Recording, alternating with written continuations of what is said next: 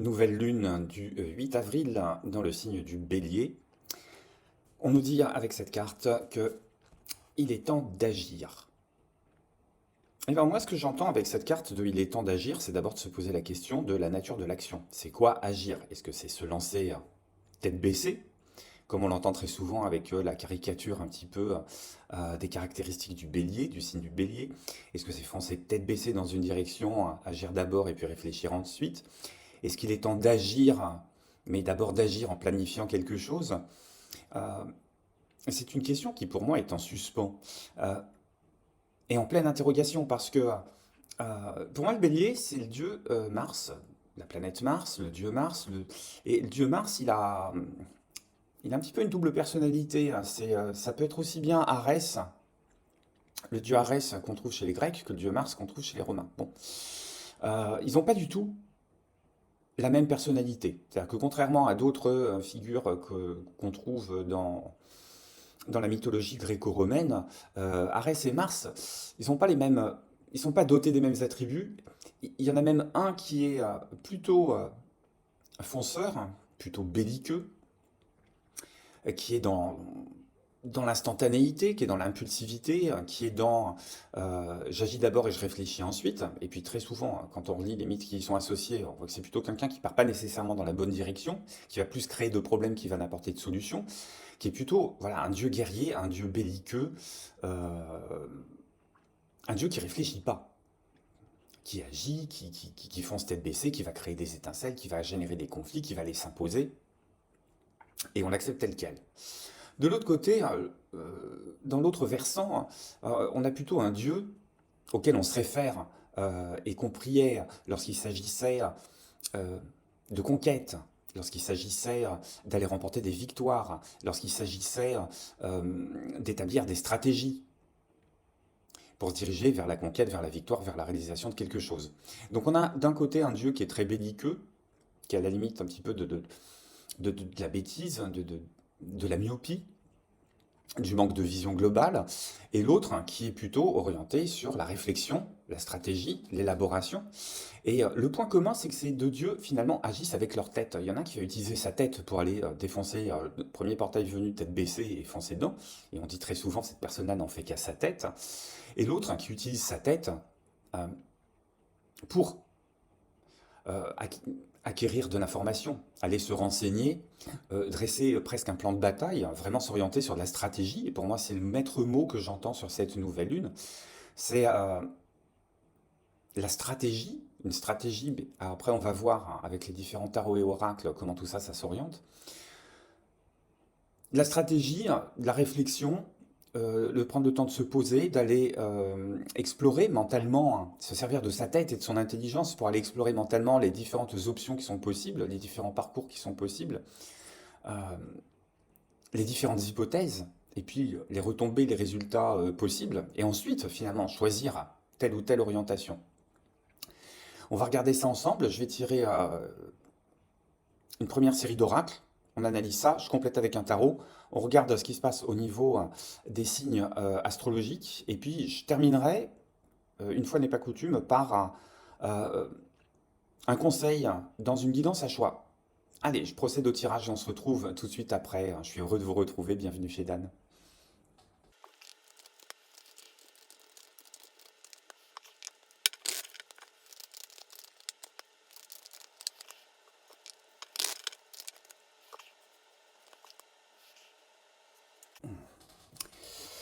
Avec le jugement et la roue de fortune, j'entends plusieurs messages. Un premier message, c'est que euh,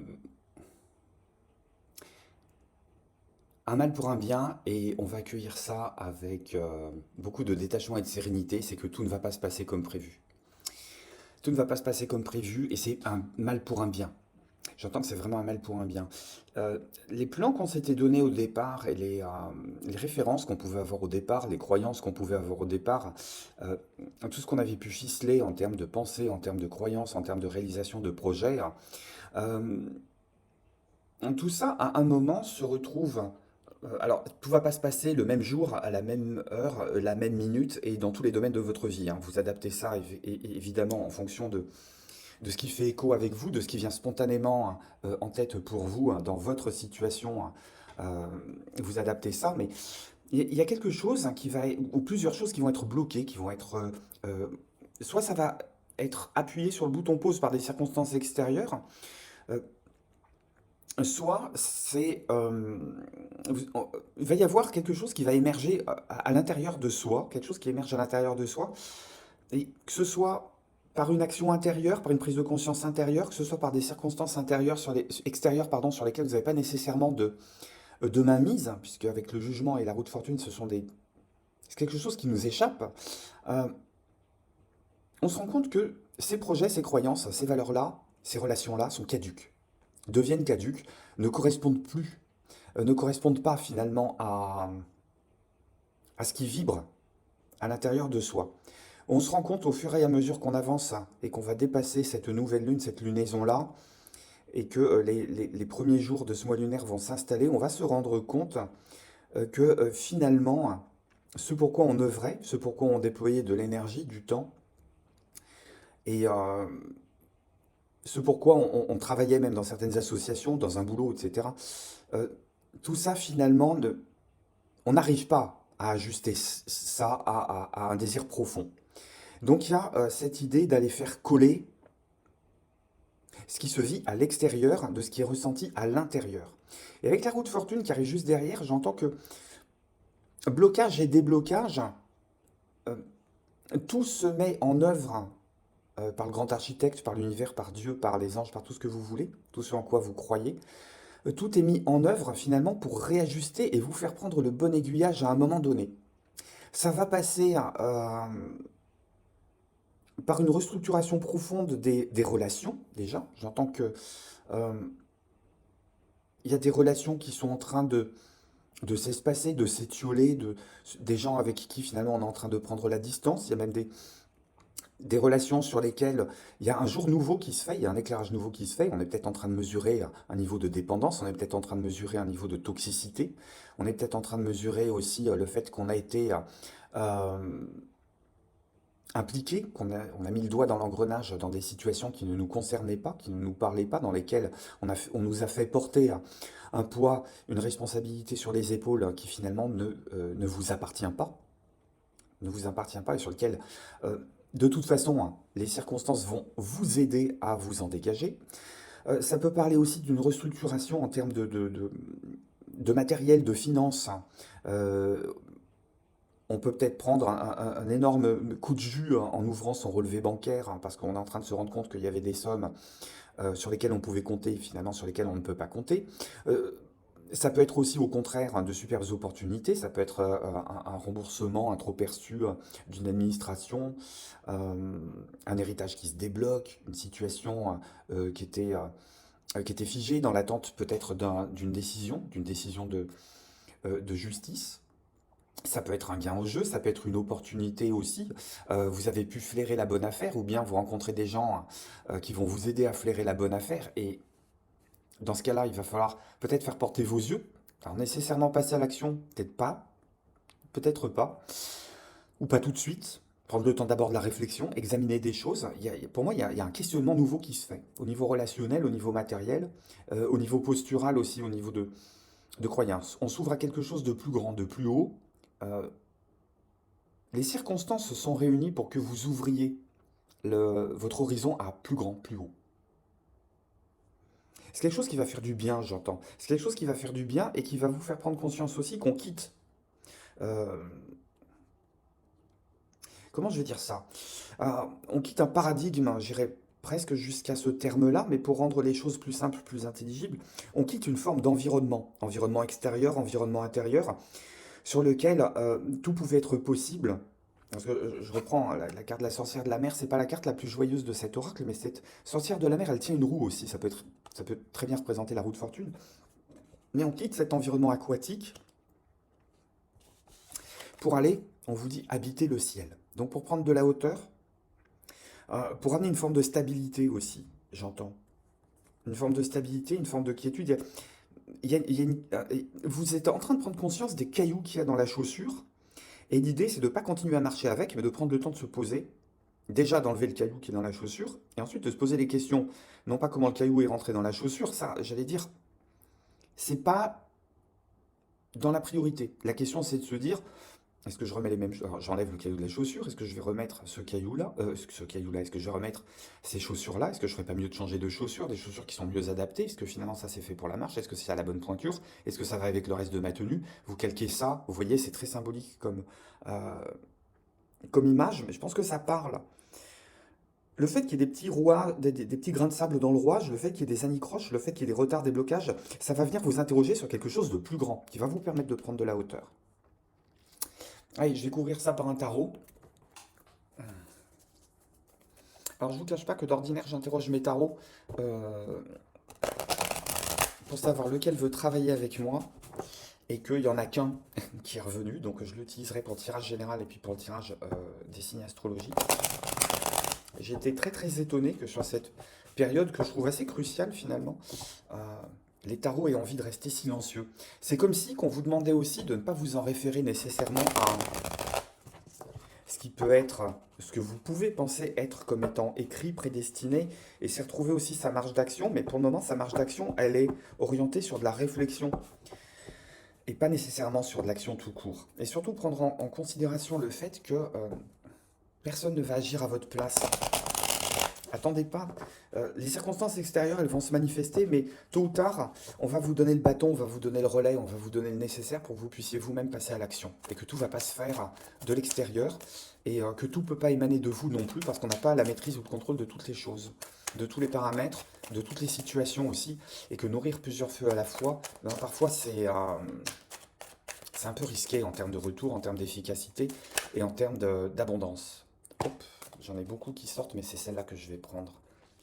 Ah, tiens, c'est intéressant. C'est intéressant qu'on ait un 8 d'épée en dos de deck avec un chariot et un 7 de denier et une reine de denier. Euh, c'est une période où on peut être paralysé, peut-être par ses peurs intérieures, à, à dire ok, go, je me lance dans cette direction-là. Je me lance dans cette direction-là. On est un petit peu paralysé parce qu'on aimerait que ça se fasse de façon instantanée, de façon rapide, accéder au succès de manière vous voyez, c'est Arès, hein. C'est ce qu'on avait tout à l'heure. C'est le fait de euh, je vais foncer hein, plutôt que d'affronter les peurs qui sont en face de moi et que je dois aller interroger parce que c'est un processus qui va prendre du temps. Et peut-être qu'on manque un peu de confiance en soi dans ce processus qui demande du temps, euh, alors qu'on n'a pas compris que derrière, il y a un aboutissement qui amène cet esprit apaisé, qui amène cette sérénité, hein, qui amène aussi euh, une redécouverte de soi, une redécouverte de nouveaux horizons et aussi euh, nécessairement l'abandon du vieux schéma, l'abandon de quelque chose ou de plusieurs choses, toujours ce système de croyance là qui est à mettre de côté parce qu'on s'est rendu compte qu'on s'est épuisé, on s'est peut-être épuisé à défendre des chimères et on est peut-être passé à côté de d'autres opportunités. Donc euh, on réfléchit aussi, on s'interroge aussi. Qu'est-ce que j'ai ici sur le tarot? Hop, il m'en manque une.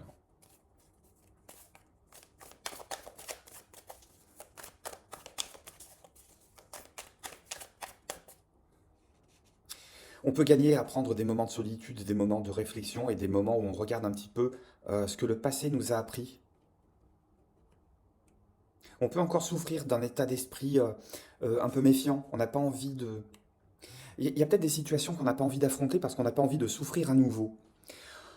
Or, affronter ces situations de manière calme, de manière posée, de manière méthodique, de manière réfléchie, donc le bon côté de ce dieu Mars, le bon côté, le côté stratège, le côté organisé, c'est quelque chose qui vous amènera une dimension qui vous manque, une dimension sur laquelle euh, votre énergie qui était canalisée sur quelque chose qui était plus pulsionnel, plus passionnel, finalement vous arrivez à lui donner une direction, à leur donner une bonne direction, mais euh, une forme de confiance en soi aussi, d'estime de soi retrouvée. On n'a pas besoin d'en faire des caisses.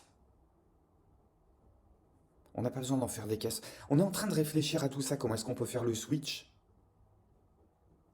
pour retrouver cette autonomie, ce leadership, cette confiance en soi, la capacité de prendre sa vie en main, son destin en main, en évitant les débordements, en évitant aussi les formes de surréaction, le fait d'en faire trop, ou de prendre les choses un peu trop à cœur, parce que c'est pas efficace.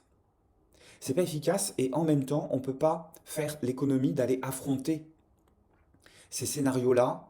Euh, alors oui, j'ai chaud des craint l'eau, donc on a peur de souffrir à nouveau, mais c'est dans cette confrontation-là, dans cette confrontation euh, qu'on voudrait éviter, qu'en fait réside le processus de guérison, le processus de cicatrisation.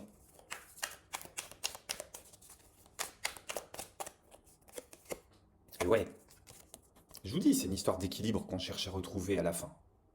On va retrouver une forme de fluidité dans ses raisonnements, de fluidité dans son quotidien, de fluidité dans l'élaboration de ses projets. Il y a toujours cette idée d'enlever les grains de sable des rouages. Des rouages. Il y a une réelle euh, réinterrogation des croyances, des valeurs, des relations. Et je vous parlais d'équilibre financier là, sur lequel on pouvait avoir des opportunités. On va peut-être travailler à ça aussi, hein, parce que l'argent, c'est le nerf de la guerre. Pour moi, il y a une question d'aller retrouver une forme de fluidité et d'équilibre dans la matière.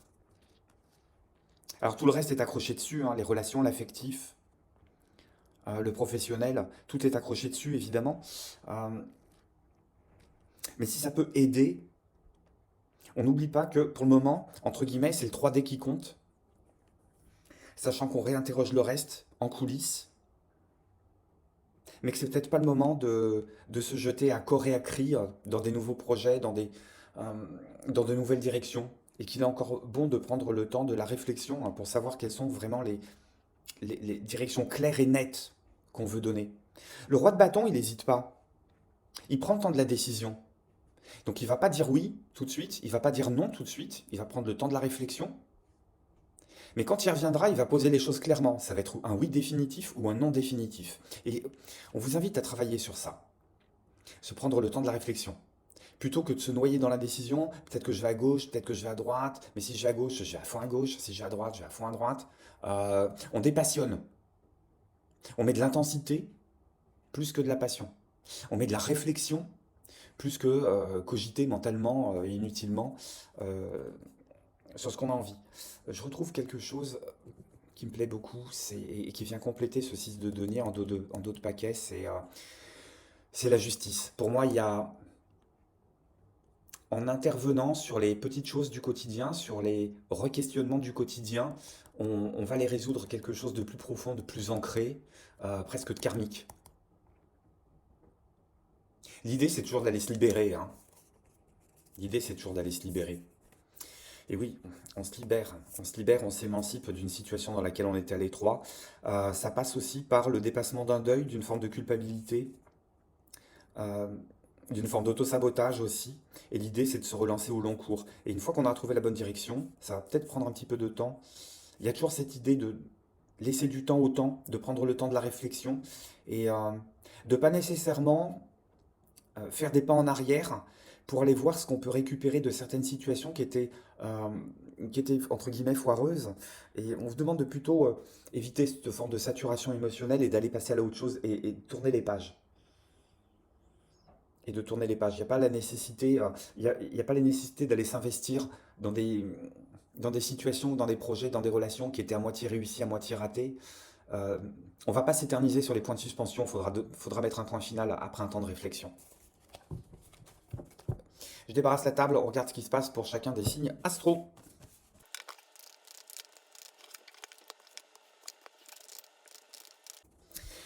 À tout seigneur, tout honneur, on va commencer par les béliers évidemment. Bélier, ben, vous êtes concernés à fond, à fond, à fond. Alors, regardez tout ce qui sort pour vous. Je vais garder. Je vais garder quoi? Je vais garder la maison Dieu, je vais garder la tour. Euh, une espèce d'électrochoc qui se fait. Euh, on s'est peut-être éternisé dans des situations. Quelque chose est en train de craquer, hein, soit à l'extérieur, soit à l'intérieur. On n'arrive pas nécessairement à se reconnaître. On n'arrive pas nécessairement à se reconnaître, mais là aussi, c'est un mal pour un bien. Parce que peut-être que cette nouvelle image qu'on n'arrive pas à identifier par rapport à la personne qu'on pouvait être dans le passé, finalement, c'est peut-être vous. C'est peut-être vous réellement. C'est peut-être vous réellement, sans farce, sans maquillage, sans faux semblant. Euh, vous découvrez à défaut de vous redécouvrir. Taureau.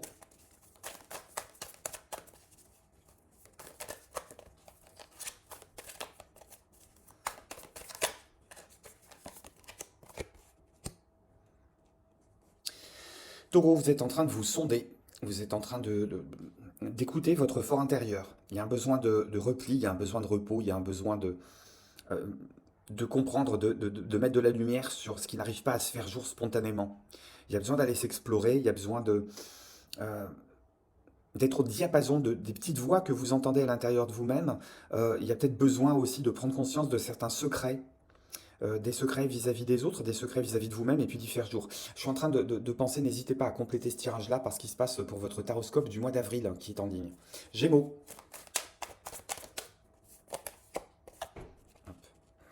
On retrouve un tirage général là aussi, hein, il doit vous parler à fond. Hein. On retrouve la roue de fortune. Il y a une forme d'équilibre qu'il est difficile de garder en ce moment, mais est-ce que c'est pas le lot de tout équilibre d'être un équilibre instable? Si c'est un équilibre stable, c'est plus de l'équilibre, ça s'appelle de l'inertie. On vous demande peut-être de jongler, là aussi d'être sur plusieurs feux en même temps. Euh, Attention à ne pas s'épuiser.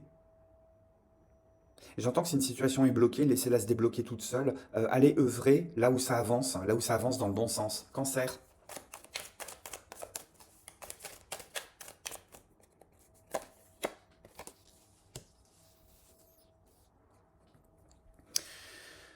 Hmm, il est temps de rêver en grand. Il est temps de rêver en grand et puis de regarder comment vous pouvez organiser finalement la mise en œuvre 3D, la réalisation concrète et tangible de ce que vous êtes en train de rêver en grand. Qu'est-ce qui est de l'ordre du projet, qu'est-ce qui est de l'ordre du rêve, qu'est-ce qui est de l'ordre de l'utopie. Euh, Est-ce qu'il ne serait pas temps de s'éloigner un petit peu de certains idéaux pour aller se réaliser réellement? J'entends aussi, peut y avoir un décalage entre le son et l'image. Il y a une question de regarder aussi si le bonheur qui vous environne ne serait pas un bonheur en carton-pâte. Est-ce que tout ça, ça correspond vraiment à ce que vous attendez? Est-ce que vous n'êtes pas en train de travailler aussi, ou on vous demande de travailler aussi à passer au tamis, passer au filtre, ce qui vous est proposé en termes de bonheur prêt à consommer, bonheur prêt à vivre? Est-ce que finalement ça vous correspond? Est-ce qu'il n'y aurait pas une patte personnelle à mettre dans cette histoire, dans cette réalisation-là? Et si c'était vous, l'artisan de votre propre réussite? Lion.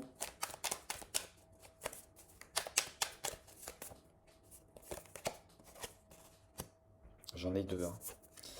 Hop. C'est celle-là qui était venue en premier, hein, si je ne me trompe. Lion, bah tiens, on retrouve votre carte.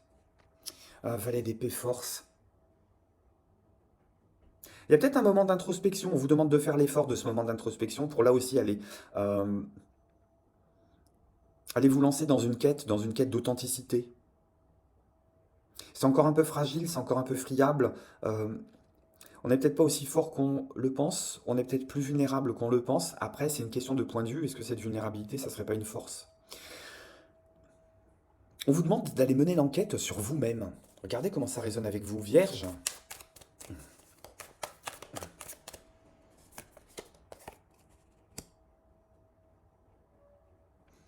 Il y a du challenge sur cette zone-là, sur cette période autour de la nouvelle lune. Il y a du challenge. Est-ce que ça vaut le coup de s'investir et ça vaut le coup de ne pas s'investir? Il y a une question d'aller arbitrer ce qu'on vous propose. Hein. Vous savez que vous allez vous retrousser les manches. Vous avez envie de ça, en fait.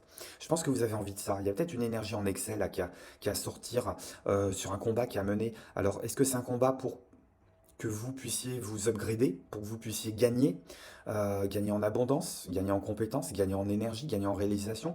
Ou est-ce que c'est un combat de coq qui cherche juste à savoir, comme le veut l'expression, qui a la plus grosse? Dans ce cas-là, c'est pas intéressant.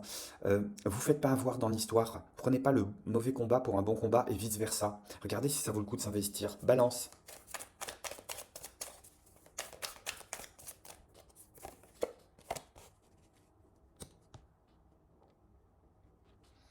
Balance, hein. Sur une période où vous étiez bien lancé, on vous demande peut-être de prendre un petit temps de pause et de réfléchir.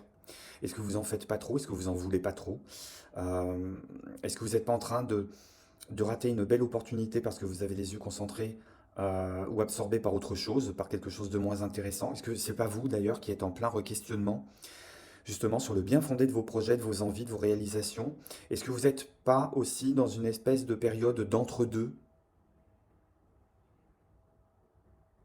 une forme d'aquabonisme? Tout ça, ça sert à quoi? Est-ce que ça vaut le coup? On prend le temps de la réflexion là aussi. On prend le temps de se poser, de laisser décanter. Il y a peut-être une belle opportunité qui passe sous votre nez. Est-ce qu'il n'est pas le temps d'aller examiner tout ça et pas jeter le bébé avec l'eau du bas? Scorpion.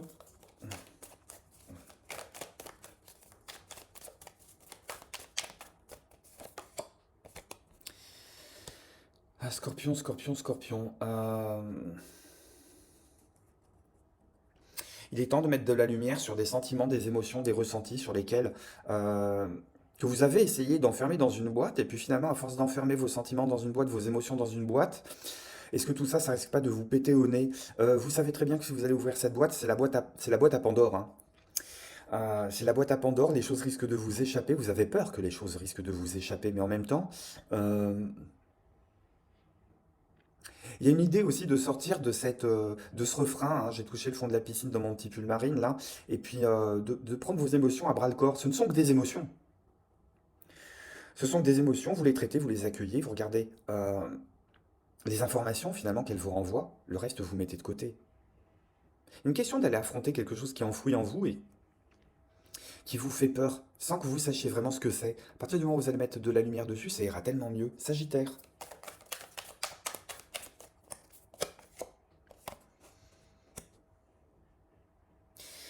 Vous avez envie, vous allez avoir envie, vous avez déjà envie, vous avez déjà commencé à engager des processus et on vous dit minute papillon. Ok, vous avez une intelligence qui est fulgurante par rapport à certaines situations. Il y a un bien fondé, il y a une clairvoyance, il y a quelque chose de très très positif par rapport à ça. Mais est-ce que c'est nécessairement le temps de passer à l'action? Est-ce que ça va valider le fait que vous ayez tout compris, que vous ayez tout en main, que vous soyez prêt à l'action? Est-ce que c'est pour le moment, c'est pour autant le moment de passer à l'action? Est-ce que vous avez vraiment pensé à tout? Est-ce que vous n'allez pas un petit peu égratigner les autres en vous lançant dans le truc? Vous n'êtes pas seul dans le bateau, vous n'êtes pas seul par rapport à un projet qui est dans votre tête. Vous savez de quoi je parle, nécessairement. Et est-ce que les autres vont à la même vitesse que vous? À réfléchir. Capricorne.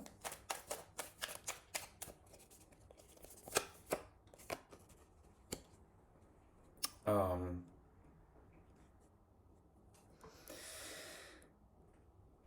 Cette nouvelle lune est en train de mettre le doigt sur une impression de manque, une sensation de manque, que ce soit un manque matériel, que ce soit un manque affectif, un manque spirituel. Il y a quelque chose de vide que vous essayez de combler, que vous avez essayé de combler. Vous êtes en train de vous rendre compte que euh, c'est peut-être pas la bonne méthode. C'était peut-être pas le bon sparadrap, ou alors il y a une blessure intérieure et puis le sparadrap que vous avez utilisé jusque-là ne tient pas, ne permet pas de cicatriser les choses. Revenez au tirage général, à mon avis, il doit beaucoup vous parler. Il y a une question d'aller procéder autrement. Il y a une question d'aller tendre la main aussi. D'aller tendre la main. Vous ne pouvez pas tout faire tout seul. Il y a une situation que vous devez affronter qui vous fait mal, qui peut vous renvoyer à des blessures profondes. Euh, je vais la recouvrir, hein. C'est là où prendre le temps du repos, prendre le temps d'intérioriser, intérioriser, accueillir les émotions, là aussi, prendre le temps de la réflexion. Ça passe par un temps de repos, un temps de solitude, un temps où vous appuyez là aussi sur le bouton pause. Il y a besoin de reposer quelque chose chez vous. Ça peut être le corps, ça peut être l'esprit, je ne sais pas. Euh, Pas de précipitation. Il y a rien de dangereux dans cette histoire. Verseau.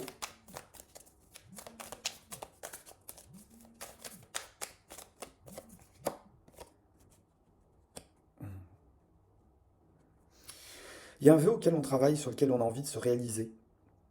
Est-ce qu'il est temps de... Est-ce qu'on peut utiliser cette nouvelle lune, là, ce moment, ce temps-là, pour aller peaufiner ce projet, pour aller réinterroger ce projet? Est-ce qu'il n'y a pas plus grand, plus abondant qui vous attend derrière?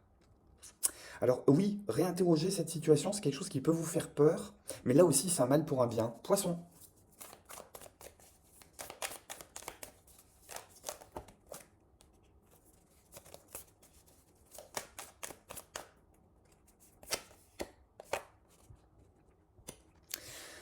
Euh, une nouvelle lune qui va être challengeante parce que il y a un blocage qui a dépassé, il y a une vérité qui a affronté, il y a des croyances qui sont réinterrogées, euh, des relations aussi, hein, je reviens au tirage général, au tirage principal. Il y a des relations, des projets, des croyances, il y a quelque chose qui vous a enfermé, qui vous fait souffrir. On est toujours dans cette histoire de position dans le triangle dramatique. Soit vous êtes la victime, soit vous êtes le sauveur, soit vous êtes le bourreau. On vous demande de sortir de cette logique-là, ou de prendre conscience que vous êtes déjà dans cette logique-là pour la dépasser à terme. Mais au moins prendre conscience et les diagnostiquer. J'ai le valet de denier par-dessus. Oui, il y a une question d'aller comprendre aussi comment vous fonctionnez par rapport à quelque chose qui tourne autour de la dépendance affective. Voilà ce qui se passe autour des messages astro. On va regarder un dernier conseil euh, sur comment on va exploiter, dans votre cas personnel et détaché du signe astro, les énergies de cette nouvelle lune.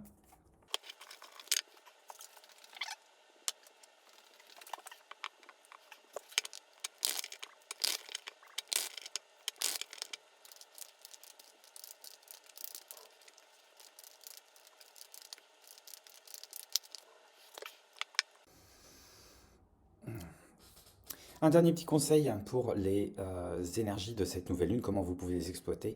Je vous laisse choisir un choix numéro 1 avec la bougie jaune orangé, choix numéro 2 la bougie blanche, choix numéro 3 la bougie multicolore. Je vais prendre le temps de la décision et on se retrouve de suite après votre choix.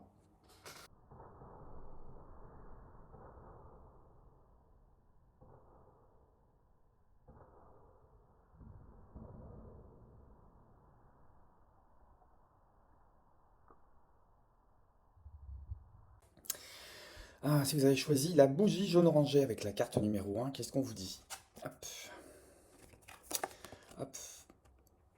Ah, vous pouvez être à la porte de quelque chose, vous pouvez être devant certaines opportunités qui sont en train de se présenter.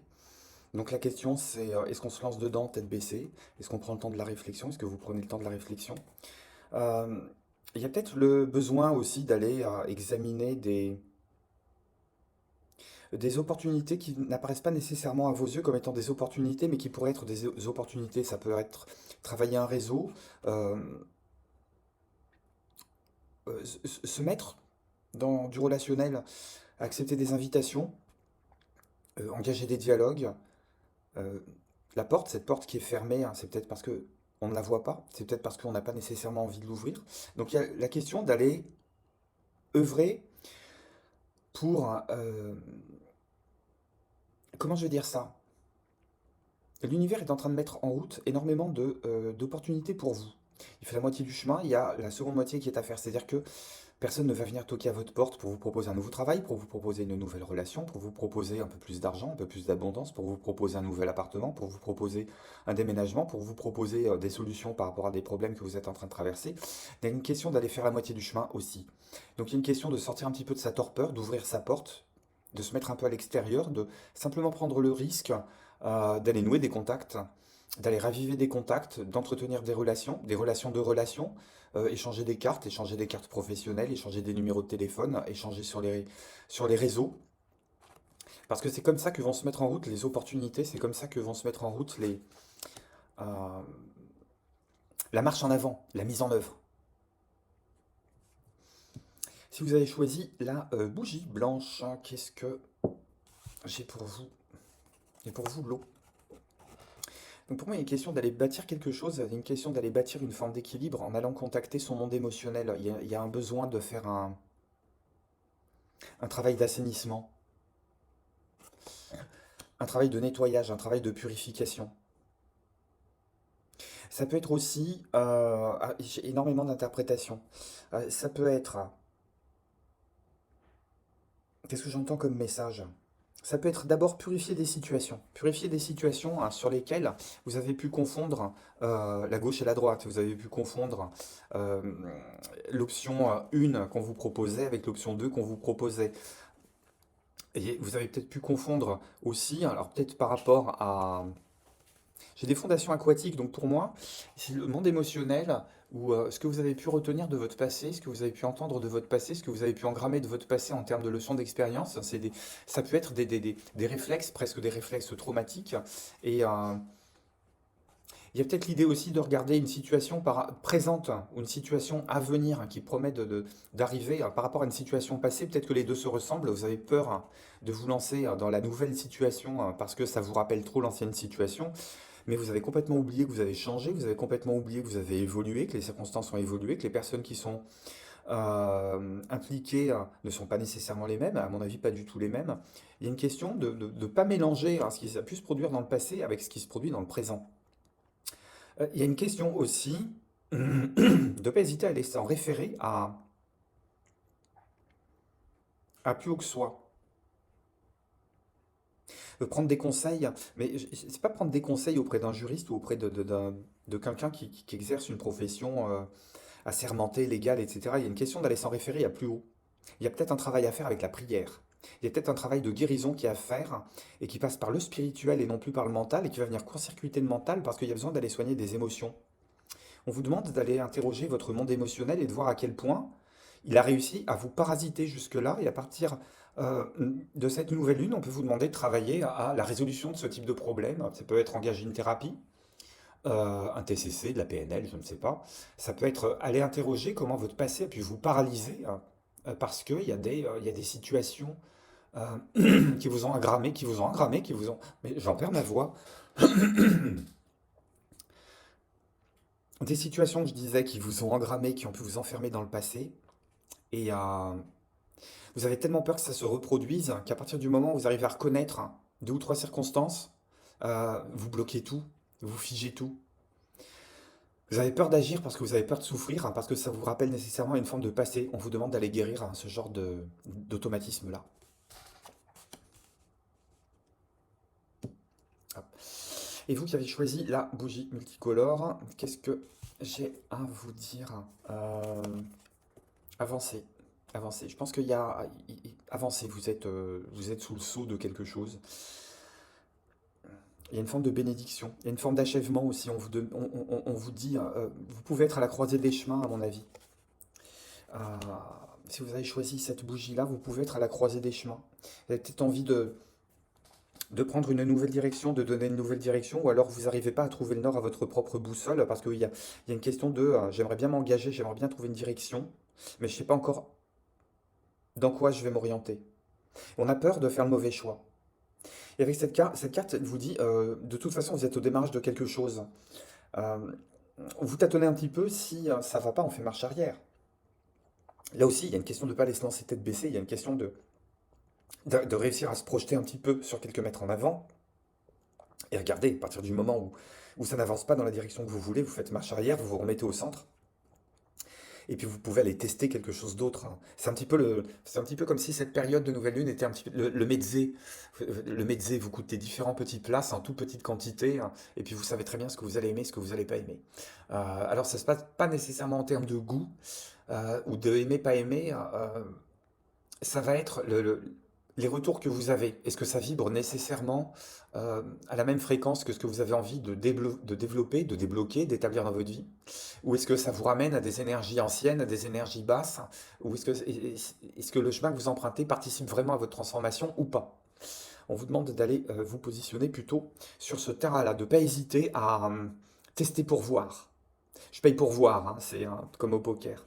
Voilà ce que j'ai comme conseil pour vous. Un grand, grand merci de votre présence, un grand, grand merci de votre soutien, par un pouce, par un commentaire, par un abonnement si ce n'est déjà fait. Si vous avez besoin d'éclaircissement ou d'éclairage particulier, vous pouvez me contacter. Le mail est dans le descriptif de la vidéo. Je vous dis à très très bientôt.